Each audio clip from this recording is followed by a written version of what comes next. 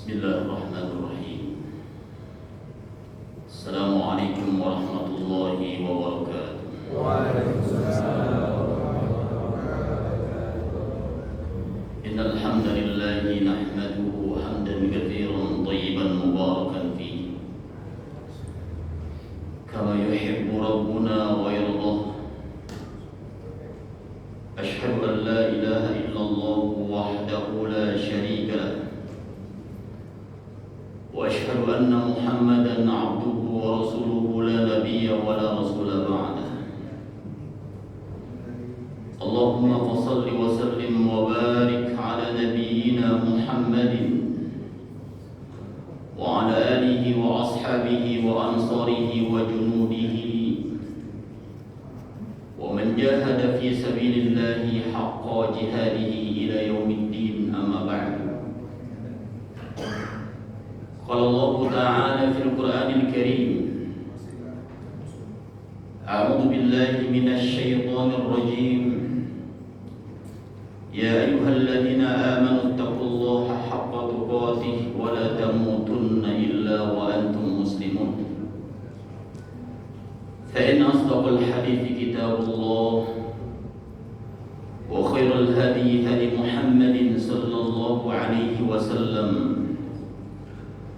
وشر الأمور محدثاتها فإن كل محدثة في الدين بدعة وكل بدعة ضلالة وكل ضلالة في النار. Ma'asyiral muslimin wal muslimat yang dimuliakan Allah Subhanahu wa taala. Alhamdulillah, pada subuh hari ini Allah Subhanahu wa taala masih izinkan kita untuk bisa beribadah kepada Allah di bulan yang penuh dengan kemuliaan Allah Subhanahu wa taala. Mudah-mudahan ibadah kita pada bulan Ramadan kali ini akan menghantarkan kita kepada derajat ketakwaan yang lebih sempurna di hadapan Allah Subhanahu wa taala. Dan Allah Subhanahu wa taala kumpulkan kita pada subuh hari ini, insyaallah pun nanti insyaallah Allah Subhanahu wa taala kumpulkan kita di dalam surganya Allah Subhanahu wa taala. Yang saya hormati dan muliakan orang tua, para tokoh masyarakat, para sepuh, bini sepuh, wabil khusus para pimpinan DKM masjid, yang mohon maaf saya tidak bisa sebutkan satu persatu, namun tidak mengurangi rasa hormat dan ta'zim saya. Mudah-mudahan Allah Subhanahu wa taala berikan keberkahan kepada kita semua. Dan mohon izin silaturahim saya di masjid yang kita cintai ini pada hari ini mengambil judul agak sedikit berbeda, Pak. Judulnya agak sedikit sensitif karena kalau berkaitan dengan utang, di pembahasan yang kadang-kadang lu bicara lu punya utang apa kagak, kadang-kadang saling tuduh menuduh. Tapi insya Allah ini adalah satu bahasan yang saya telah tulis dalam buku saya yang berjudul Dahsyatnya Perkara Utang di Dalam Syariat Islam. Wabil khusus kita saat ini berada pada bulan Ramadan. Hadirin ma'asyiral muslimin yang dimuliakan Allah Subhanahu wa taala. Kadang kita bayangkan ketika seseorang itu wafat, tubuhnya terbujur kaku, dia dimandikan, dikafani, disolatkan, lalu dikuburkan, maka semua orang mengira bahwa urusan dia yang ketika itu menjadi jenazah, urusan di dunia telah usai. Namun hadirin ma'asyiral muslimin yang dimuliakan Allah, ternyata di alam barzakh sana urusannya belum selesai dan ia belum tenang.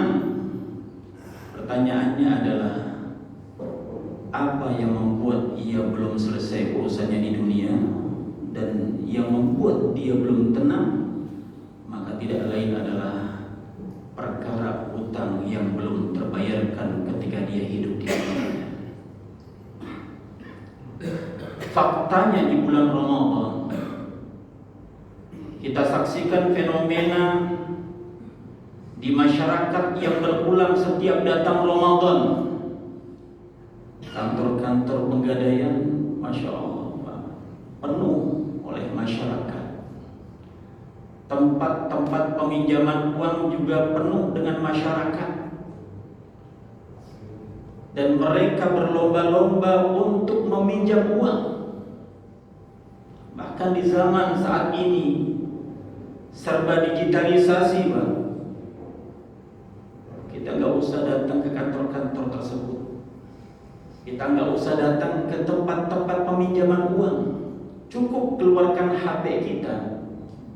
Bahkan lebih hebat lagi, kalau kita punya nomor HP yang berlaku selama 10 tahun atau 5 tahun, itu mendapatkan kemudahan untuk peminjamannya. Download aplikasi, sudah kita daftarkan atas nama kita, masukkan nomor HP kita, mau pinjam berapa, 10 juta, 20 juta, 50 juta, tinggal klik, masukkan nomor HP kita, insya Allah dalam waktu 1 menit, uang 50 juta yang kita pinjam masuk ke rekening kita.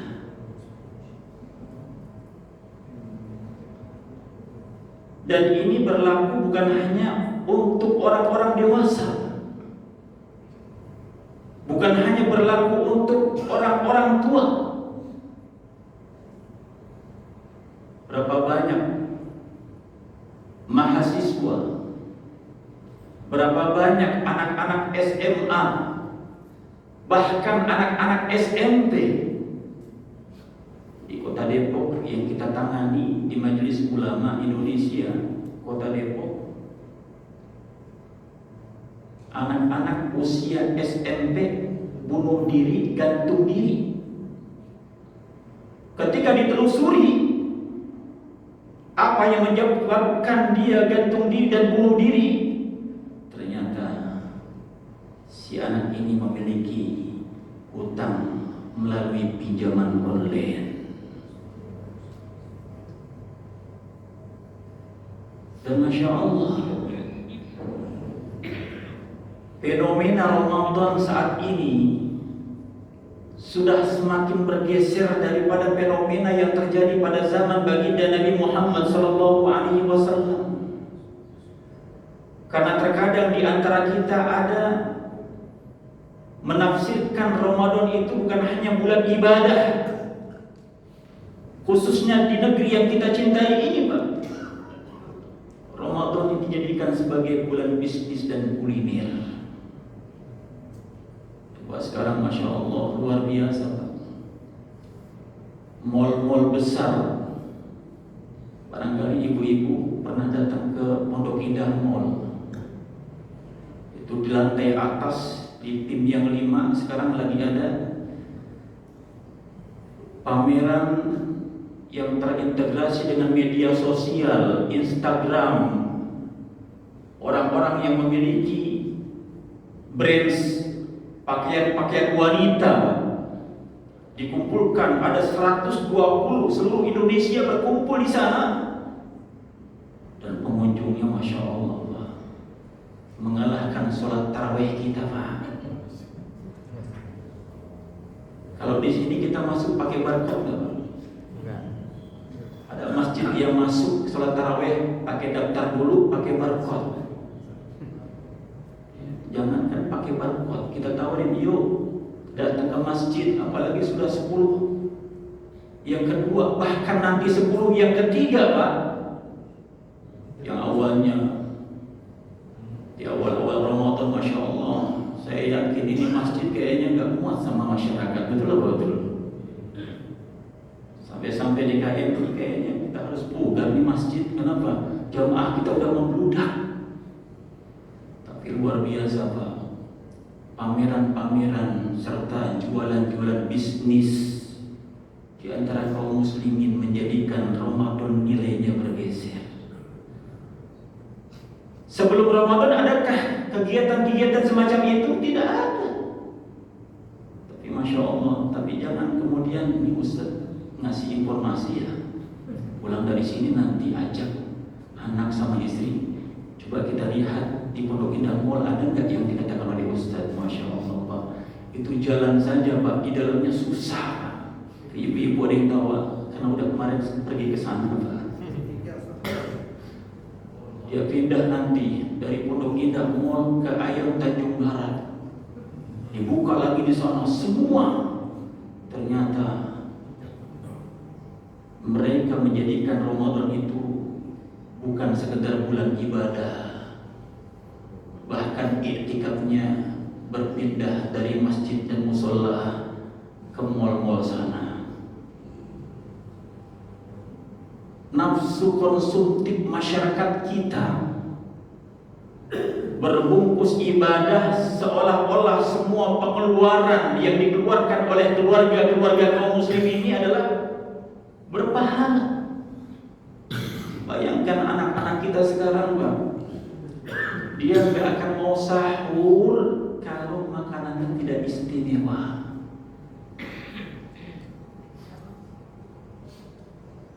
Berbuka,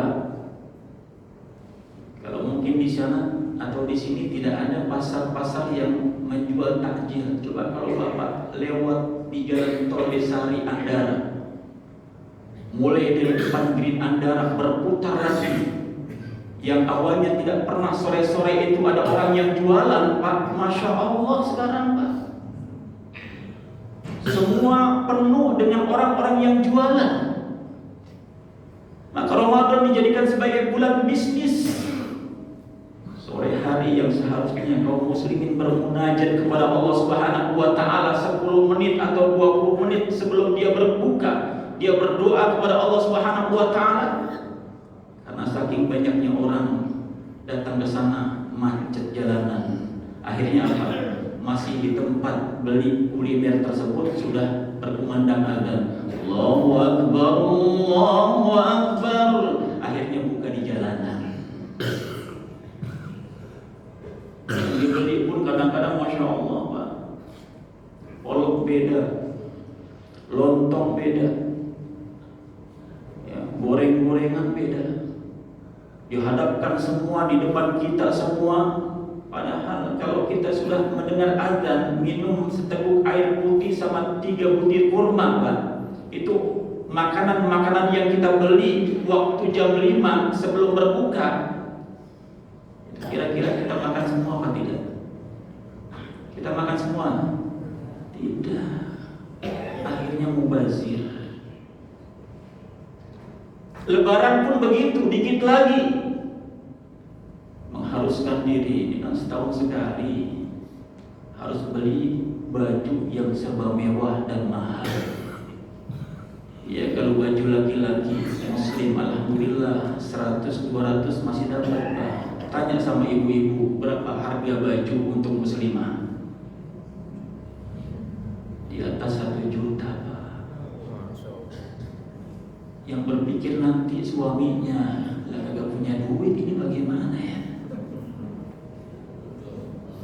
Beli kue buat lebaran dipaksakan, yang punya merek, beli parcel, bahkan bawa-bawaan. Ya menurut sebagian suku nggak ada, tapi kalau di Betawi Pak, di Jakarta, kalau lebaran datang ke rumah orang atau rumah keluarga kita nggak pakai bawa-bawaan Pak, Masya Allah nanti diomongin. Ya, lalu datang ke sini nggak bawa apa-apa. Padahal dulu Masya Allah orang-orang tua kami dulu Pak di Betawi, kalau lebaran itu cuma bawa rantang Pak. Ya, ada 3 undang, yang bawah isinya beras, yang tengah-tengah isinya adalah daging. Kadang-kadang ada 3 potong, 4 potong itu daging, dipotong kecil-kecil. Nggak tahu di dalamnya ternyata 4 potong, yang 3 daging benar-benaran, yang 1 lengkuas Pak. Lengkuas kalau ditambah dengan kecap Pak, Masya Allah Pak, pandangannya bahkan lebih besar lengkuas dibandingkan dengan daging. Yang atasnya baru kerupuk ya dan sebagainya. Sederhana, tapi kalau sekarang Masya Allah berlomba-lomba. Lu bawa apa? Ya, bawa cuma Nissin doang. Oh itu terkenal tuh, punya brands. Ya, kamu bawa apa? Saya cuma bawa Kongguan, mereknya doang, dalamnya Renggina. Itu yang terjadi. Dipaksakan, kalau dia ternyata terlihat tidak mampu, dia malu kepada masyarakat atau keluarganya, sehingga karena tidak punya uang, gesek sana gesek sini, utang di mana-mana. Setelah Ramadan, cicilan kartu kredit bertambah luar biasa. Akhirnya yang awalnya sebelum Ramadan belum punya cicilan, lepas Ramadan cicilannya membengkak dan ia punya utang. Hadirin ma'asyiral muslimin yang dimuliakan Allah. Di dalam syariat Islam memang benar, orang yang berhutang itu bukan perbuatan tercela, bukan. Tapi ingat bahwasanya walaupun berhutang itu bukan perbuatan tercela, di akhirat utang itu juga bukan perbuatan yang ringan. Kenapa? Karena baginda Nabi kita Muhammad sallallahu alaihi wasallam dalam sebuah hadis yang diriwayatkan oleh Imam Ahmad bersabda untuk menjadi pelajaran kepada kita semua. Kata baginda Nabi, nafsul mu'min mu'allaqatun bidainihi hatta yuqda anhu. Kata baginda Nabi Muhammad sallallahu alaihi wasallam, jiwa atau ruh seorang mukmin itu tergantung dengan utangnya sampai utangnya itu dilunasi. Ketika baginda Nabi kita Muhammad sallallahu alaihi wasallam bersabda dengan kalimat mu'allaqatun bidainihi, jiwa seorang mukmin itu tergantung dengan hutangnya, para ulama-ulama hadis menafsirkan kalimat yang mulia dari lisan baginda Nabi Muhammad sallallahu alaihi wasallam, apa makna mu'allaqatun bidainihi? Ada yang menafsirkan seorang mukmin tercegah dari masuk ke dalam surga Allah Subhanahu wa taala karena ia wafat memiliki hutang. Ulama hadis yang lain mengatakan bahwa dia tercegah mendapatkan ampunan Allah. Padahal Masya Allah, ini Ramadan luar biasa. Di dalamnya adalah Allah Subhanahu wa taala berikan kepada kita obral ampunannya. Kalau di dalam bulan Sya'ban hanya 1 malam yang digaransikan Allah Subhanahu wa taala, yakni malam nisfu Sya'ban, Allah Subhanahu wa taala akan mengampuni seluruh hamba-hambanya kecuali 2 orang. Yang pertama adalah mereka yang senantiasa berbuat syirik. Yang kedua, yang di dalam hatinya ada rasa dendam terhadap saudaranya. Tapi kalau dalam bulan Ramadan bukan hanya 1 malam atau 1 hari. Salah satu yang menunjukkan keistimewaan bulan Ramadan ini berbeda dengan bulan-bulan yang lainnya. Kata baginda Nabi kita Muhammad sallallahu alaihi wasallam, walillahi 'utaqa'u fi syahri Ramadan.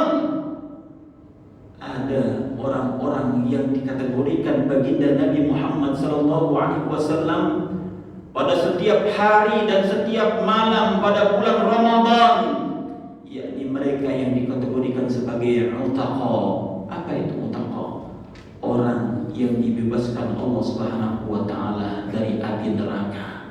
Setiap hari garansi dari baginda Nabi kita Muhammad sallallahu alaihi wasallam. Namun ada orang yang tercegah dari masuk ke dalam surga ketika seorang seorang mukmin wafat dalam kondisi ia memiliki hutang sampai hutangnya itu dilunasi. Kata ibu-ibu, tadi sholat subuh Masya Allah imamnya bagus banget, kajiannya bikinnya sepati. Kenapa? Bahas hutang. Hadirin ma'asyiral muslimin yang dimuliakan Allah Subhanahu wa taala, karena ini adalah perkara yang tidak ringan yang nanti kita akan pertanggungjawabkan di hadapan Allah di akhirat. Sampai-sampai Masya Allah Al-Imam Al-Iraqi, salah seorang ulama hadis dari madhab Al-Imam Syafi'i rahimahullahu taala, yang nama beliau tidak lain adalah Syekh Zainuddin bin Hasan, ketika mendengar dan menafsirkan apa yang dikatakan oleh baginda Nabi sallallahu alaihi wasallam, mu'allaqatun bidainihi, ruhnya seorang mukmin tergadai dengan hutangnya. Kata beliau, perkara seorang mukmin ketika nanti di akhirat, ketika dia wafat meninggalkan hutang, belum tentu dia selamat dari api neraka, dan belum tentu juga dia masuk ke dalam surganya Allah Subhanahu wa taala. Sampai apa? Kata Al-Imam Al-Iraqi dalam kitab Tuhfatul Ahwal, sampai ahli warisnya membayarkan hutang-hutangnya. Sampai-sampai ada ayat di dalam Al-Qur'anul Karim, ini ayat terpanjang di dalam Al-Qur'anul Karim. Apa Pak ayat terpanjang di dalam Al-Qur'anul Karim? Surah apa? Ayat berapa? Surah Al-Baqarah ayat berapa? 282. Tidak ada ayat yang terpanjang kecuali Allah Subhanahu wa taala firmankan dalam surah Al-Baqarah ayat 282. Apa isinya?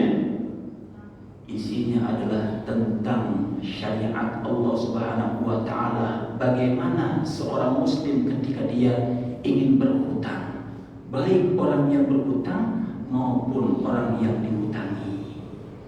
Allah Subhanahu wa taala firmankan, ya ayyuhalladzina amanu idza tadayantum bidainin ila ajalin musamman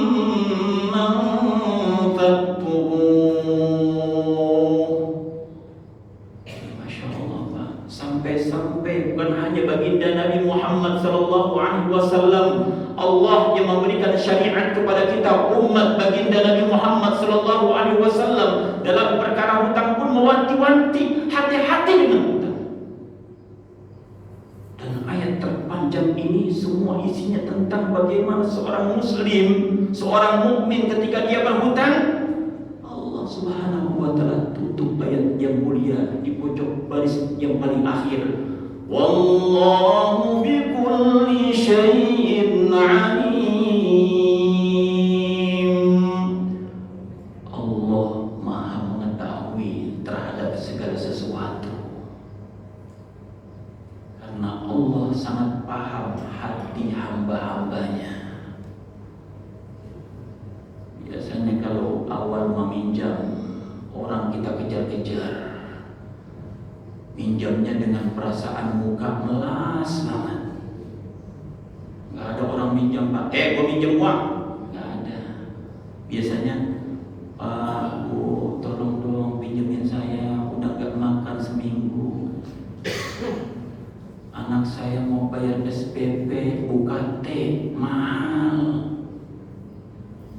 Mukanya dimelas-melasin, Pak, kalau bisa pakai lipstick. Di sini ada seakan-akan air matanya jatuh terus, Pak. Tapi ketika ditagih karena sudah waktunya bayar ngumpet, Pak. Kenapa? Belum ada duitnya. Jangan sampai di dunia kita dikenal sama masyarakat rajin minjam duit, tapi di akhirat nanti susah bayarnya, yang ngemplang malaikat Allah Subhanahu wa taala. Dan ayat 282 ini diberikan nama oleh para ulama-ulama ketika Allah Subhanahu wa taala berfirman tentang syariat utang. Ayat tersebut dikenal dengan ayat mudayana. Apa Pak? Mudayana. Ayat yang memang khusus Allah sediakan untuk kita tentang hutang, bagaimana syariatnya. Bahkan yang lebih dahsyat lagi, luar biasa hadirin, kalau kita diajarkan oleh guru-guru kita, oleh kiai-kiai kita, oleh ustaz-ustaz kita, oleh habaib-habaib, ketika seseorang ini wafat dalam kondisi syahid di jalan Allah Subhanahu wa taala, orang tersebut akan diampuni oleh Allah Subhanahu wa taala seluruh dosa-dosanya. Bahkan cita-cita seorang muslim tertinggi apa? Ketika dia wafatnya dalam kondisi syahid di jalan Allah Subhanahu wa taala. Karena memang benar yang diajarkan oleh baginda Nabi dalam sebuah hadis yang diriwayatkan dari jalan sahabat Abdullah bin Amr bin As, kata baginda Nabi sallallahu alaihi wasallam, "Yughfaru lisyahid kullu dhanbin." Orang yang mati syahid, betapa besar ketika dia mungkin dosa-dosa yang ada dalam dirinya, Allah Subhanahu wa taala akan ampuni dan dia pastinya masuk ke dalam surganya Allah Subhanahu wa taala. Tapi hadis baginda Nabi tidak berhenti sampai di situ saja. Diteruskan oleh baginda Nabi, yughfaru lisyahid kullu dhanbin illa dain. Orang yang mati syahid semua dosanya diampuni oleh Allah Subhanahu wa taala. Tetapi ingat, kecuali dia punya hutang, Allah tidak akan masukkan dia ke dalam surganya Allah Subhanahu wa taala sampai hutangnya itu dilunasi. Bahkan riwayat yang datang kepada kita dari jalan sahabat-sahabat baginda Nabi sallallahu alaihi wasallam, ketika ada jenazah yang dihadapkan di hadapan Nabi, anna Nabi sallallahu alaihi wasallam utiya bi janazatin liyusalli. Ada jenazah yang di hadapan baginda Nabi dibawa oleh para sahabat-sahabatnya untuk disolatkan oleh baginda Nabi dan sahabat-sahabatnya. Yang ditanyakan pertama kali terhadap jenazah tersebut oleh baginda Nabi bukan orang ini orang miskin atau orang kaya, Pak. Tapi yang ditanyakan oleh baginda Nabi sallallahu alaihi wasallam, hal alaihi min dain? Ini jenazah punya hutang apa tidak? Qalu la. Sahabat-sahabat mengatakan, jenazah ini tidak punya hutang wahai baginda Nabi sallallahu alaihi wasallam. Fa shalla alaihi. Baginda Nabi langsung menjadi imam untuk mensalatkan jenazah tersebut. Kalau kita pergi umrah, Pak, baik di Masjidil Haram atau Masjid Nabawi, kan salat jenazah setiap ba'da salat fardu itu enggak cuma sekali, Pak. Betul. Banyak jenazah-jenazah yang disolatkan oleh kaum muslimin. Ternyata di zaman baginda Nabi sallallahu alaihi wasallam pun demikian, datang lagi jenazah yang lain. Tsumma utiya bi janazatin ukhra, datang lagi jenazah yang lain. Dan tetap yang ditanyakan oleh baginda Nabi sallallahu alaihi wasallam bukan apakah ini orang kaya atau orang miskin, tetapi tetap yang ditanyakan oleh baginda Nabi sallallahu alaihi wasallam, hal alaihi min dain? Ini jenazah punya hutang apa kagak? Maka para sahabat baginda Nabi sallallahu alaihi wasallam ketika jenazah yang kedua datang, qalu na'am. Ya wahai Rasul, jenazah yang ini dia punya hutang. Apa yang dikatakan oleh baginda Nabi? Qala sallu ala sahibikum. Kalau begitu kalian aja yang nyolatin. Baginda Nabi tidak mau salatkan jenazah yang datang di hadapannya memiliki hutang. Qala Abu Qatadah, sampai datang seorang sahabat baginda Nabi sallallahu alaihi wasallam yang bernama Abu Qatadah. Ini Abu Qatadah memang terkenal, Pak.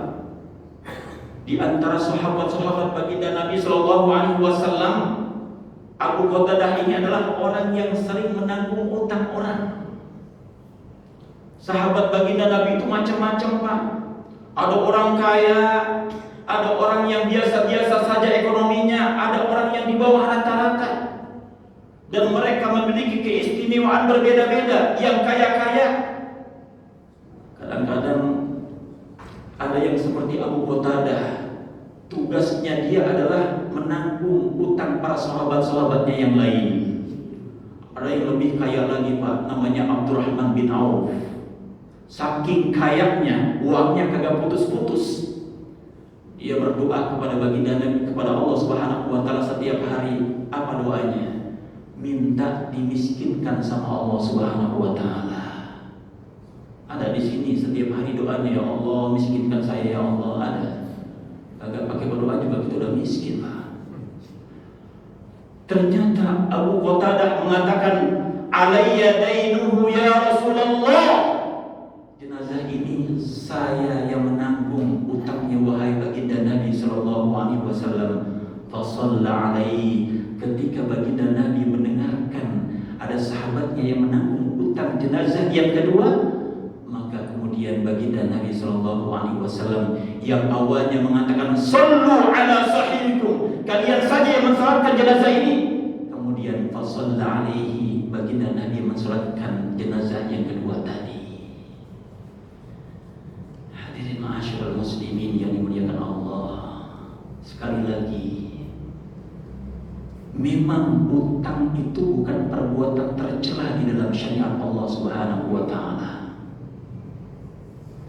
Karena banyak para sahabat-sahabat baginda Nabi pun punya utang, Pak. Bahkan baginda Nabi sallallahu alaihi wasallam selama hidupnya pernah punya hutang. Hutang kepada siapa?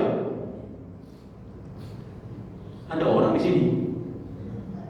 Baginda Nabi pernah punya hutang. Hutang sama siapa? Sama orang Yahudi. Tapi baginda Nabi sallallahu alaihi wasallam memiliki kebutuhan yang mengharuskan dia berhutang kepada orang Yahudi. Alhamdulillah, tidak pakai lama langsung dibayar lunas oleh baginda Nabi sallallahu alaihi wasallam. Kalau di dunia saja kita dikejar-kejar sama debt collector, Pak, hidup enggak tenang, rasa gelisah. Kalau kita wafat nanti meninggalkan hutang, Pak, yang datang bukan debt collector, yang menagih langsung Allah Subhanahu wa taala. Tapi ingat, ada tata caranya yang diajarkan oleh baginda Nabi sallallahu alaihi wasallam. Kalaupun mengharuskan diri kita untuk berhutang karena kebutuhan, ketika kita mau berhutang, niatkan bahwa ketika kita berhutang untuk nanti membayar sebagaimana yang dilakukan oleh baginda Nabi sallallahu alaihi wasallam. Karena baginda Nabi sallallahu alaihi wasallam pernah bersabda, apa sabdanya? Man akhadha amwalan nas yuridu adaha addallahu anhu. Siapa orang yang mengambil harta orang lain karena dia berhutang dengan kebutuhan yang sangat mendesak, tapi di dalam hatinya ketika dia berhutang akan membayarkan hutang tersebut, dan ternyata ketika waktunya membayar dia tidak punya harta untuk membayarnya, insya Allah nanti Allah Subhanahu wa taala akan mudahkan. Tapi sebaliknya, hadirin ma'asyiral muslimin, kata baginda Nabi, man akhadha yuridu itlafaha atlafahullahu. Kalau ada orang yang berhutang datang kepada orang yang akan menghutangi, tapi dari awalnya dia berniat ingin merugikan orang yang menghutangi dia, maka kata baginda Nabi sallallahu alaihi wasallam, atlafahullahu, orang tersebut nanti akan dirugikan ekonominya, baik di dunia apalagi nanti di akhirat. Maka hadirin, pelajaran yang sangat terbesar, kalaupun kita saat ini memiliki hutang atau kita akan berhutang karena kebutuhan yang sangat mendesak, Jangan pernah kita berniat untuk memberikan celaka terhadap orang yang menghutangi kita, tetapi niatkan untuk kita membayar hutangnya kalau kita nanti membayarnya. Karena orang yang ketika dia mampu tapi dia tidak mau membayarnya, Nabi Shallallahu Alaihi Wasallam kategorikan orang tersebut sebagai orang yang zalim. Kata baginda Nabi, matlul ghani zulmun, menunda-nunda pembayaran hutang adalah perkara yang sangat masuk dalam kategori kezaliman. Ada yang tanya sama saya, Ustaz, bagaimana kalau misalnya memang kita punya hutang tapi nggak mampu kita membayarnya? Kita udah usaha, kalau kita ternyata nanti wafat meninggalkan hutang, apakah sesuai dengan hadis baginda Nabi Shallallahu Alaihi Wasallam kita nanti tidak akan masuk surga? Kita muslim, kita mukmin pun kita tidak dimasukkan Allah Subhanahu Wa Taala masuk surga dan juga tidak masuk neraka. Berarti kita ada di tengah-tengah antara surga sama neraka. Bagaimana jawabannya? Hadirin ma'asyiral muslimin yang dimuliakan Allah Subhanahu Wa Taala. Ketika seorang mukmin memang benar-benar wafat meninggalkan hutang dan tidak ada harta yang dijadikan sebagai pembayarannya, baik untuk dia sendiri ketika menjelang ajalnya atau para ahli warisnya tidak mampu untuk membayarnya, karena hutang itu Pak, ketika dia meninggalkan harta dibayar hanya dengan sejumlah harta warisan yang ditinggalkan. Jadi jangan pernah ada anak ketika ada orang tuanya wafat meninggalkan hutang, hartanya kemudian langsung dibagi-bagi. Syariatnya bayar hutang lebih dahulu, ternyata hutangnya lebih besar, tetap yang dibayarkan sesuai dengan harta peninggalannya. Harta anak-anaknya tidak menjadi jaminan atau disita oleh negara, baik secara syariat maupun secara hukum yang ada di pengadilan agama, karena orang yang berhutang hanya dibayar sesuai dengan harta yang ditinggalkannya. Tapi kalau memang benar-benar nggak punya harta Pak, baik dia maupun tidak punya harta peninggalannya, nggak ada harta warisannya, nanti insya Allah yang akan membayarkan adalah baginda Nabi Muhammad Sallallahu Alaihi Wasallam. Inilah kemuliaan baginda Nabi Sallallahu Alaihi Wasallam menanggung hutang-hutang di antara umatnya. Kata baginda Nabi, ana aula bil mu'minina min anfusihim. Saya lebih mencintai orang-orang mukmin dibandingkan dengan orang mukmin tersendiri terhadap dirinya. Faman mata wa alaihi dain wa lam yatruk wafaan fa alaina qada'uhu. Kalau ada orang mukmin, dia punya utang, dia wafat, tetapi dia tidak punya harta peninggalan, nanti kata baginda Nabi Sallallahu Alaihi Wasallam, fa alaina qada'uhu, yang akan membayar lunas adalah baginda Nabi Sallallahu Alaihi Wasallam. Ini hadis sahih riwayat dari jalan sahabat Abu Hurairah dalam riwayat Al-Imam Bukhari. Tapi ini hadis jangan sembarangan Pak. Nanti pulang ke rumah, ada hadis itu tadi Ustaz ceramah waktu subuh di Baitur Rahman apa? Kalau kita wafat meninggalkan hutang, emang kita nggak punya harta warisan, nanti yang bayar adalah baginda Nabi. Kalau begitu pulang dari sini utang aja yang banyak. Kenapa? Yang menanggung oleh baginda Nabi Shallallahu Alaihi Wasallam. Bukan begitu. Karena di dalamnya ada kalimat yang lain.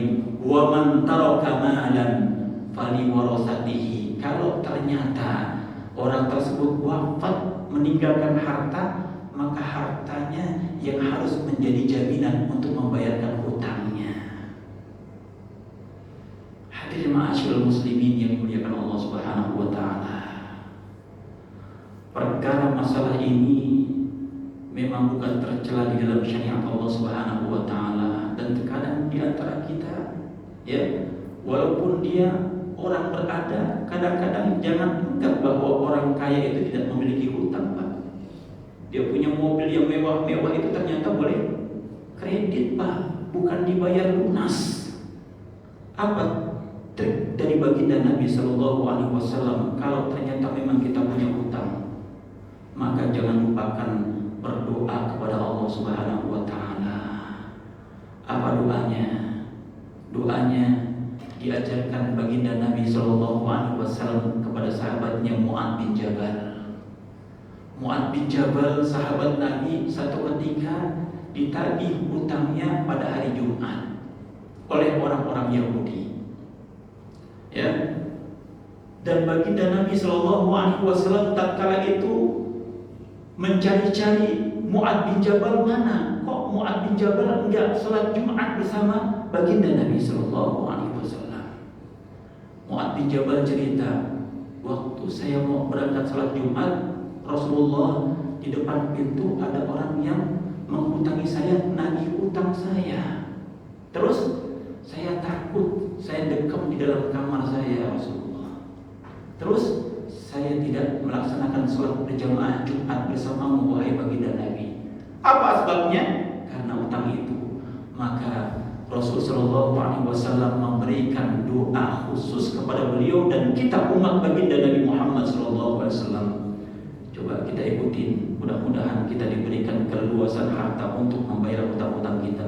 Allahumma malikal mulki tu'til mulka man tasha'u wa tanzi'u mulka mimman tasha' wa tu'izzu man tasha' wa tudhillu man tasha' biyadikal khair innaka ala kulli syai'in qadir rahmanad dunya wal akhirah wa rahimahuma tu'ti man tasha' minhuma wa tamna'u man tasha' irhamni rahmatan tughnini biha an rahmati man siwaka. Ini hadis berupa doa yang diajarkan oleh baginda Nabi Shallallahu Alaihi Wasallam kepada Mu'adz bin Jabal dan kita umat baginda Nabi Muhammad. Kalaupun satu saat kita wafat meninggalkan hutang, insya Allah kita akan diberikan keleluasaan oleh baginda Nabi untuk dibayarkan oleh baginda Nabi. Kalau memang kita tidak punya uang untuk membayarnya, dan jangan lupakan kalau kita merasakan kesulitan untuk membayar hutang, doa ini dipanjatkan oleh kita semua. Insya Allah kita akan mendapatkan kemudahan dari Allah untuk membayarnya. Aqulu qawli hadza subhanakallahumma wa bihamdika asyhadu an la ilaha illa anta astaghfiruka wa atubu ilaik. Assalamualaikum warahmatullahi wabarakatuh.